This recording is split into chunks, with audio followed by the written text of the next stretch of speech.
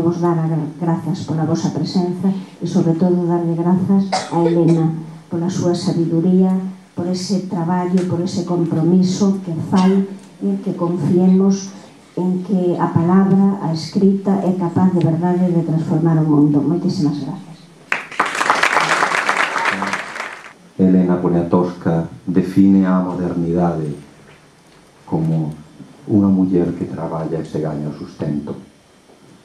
Para a nosa escritora, as datas máis grandes, de máis grande importancia, ademais de aquelas da súa biografía máis persoal, son as da biografía colectiva de México, que tamén o son para grande parte da humanidade. Es mágico para mí ser nombrada escritora gallega universal, porque siento como que me están regalando a Galicia.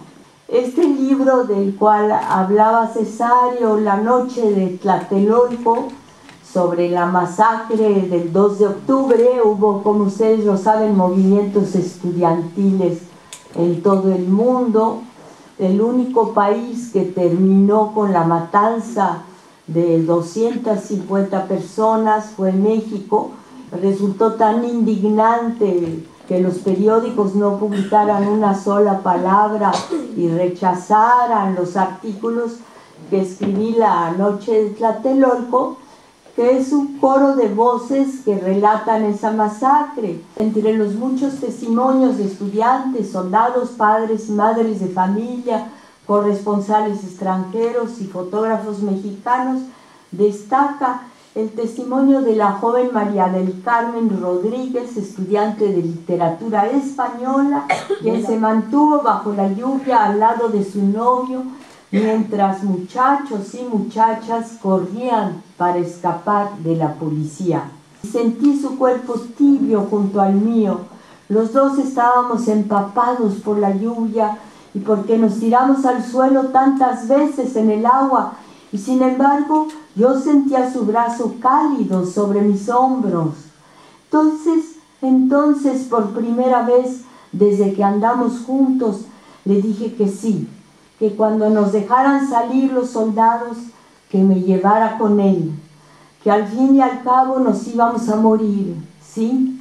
Tarde o temprano, y que yo quería vivir, y que ahora sí, le decía que sí, sí quiero, sí te quiero, sí. ¿Qué pasaría si él, si Joyce, que es el extremo y la vanguardia de la literatura, dijera que esto lo oyó verdaderamente? ¿Perdería un ápice de su valor literario? La literatura de nuestro continente es el recuento de sus luchas sociales, sus batallas perdidas, sus diarios de hambre, sus desaparecidos. Habría que concluir que la literatura de testimonio responde a una necesidad: manifestar lo oculto y documentarlo. Escribir la historia de los que aparentemente no la tienen, los que no cuentan con la menor oportunidad de hacerse oír. Miles de vidas que también nos reflejan y conforman una asombrosa historia de nuestro tiempo. Muchas gracias.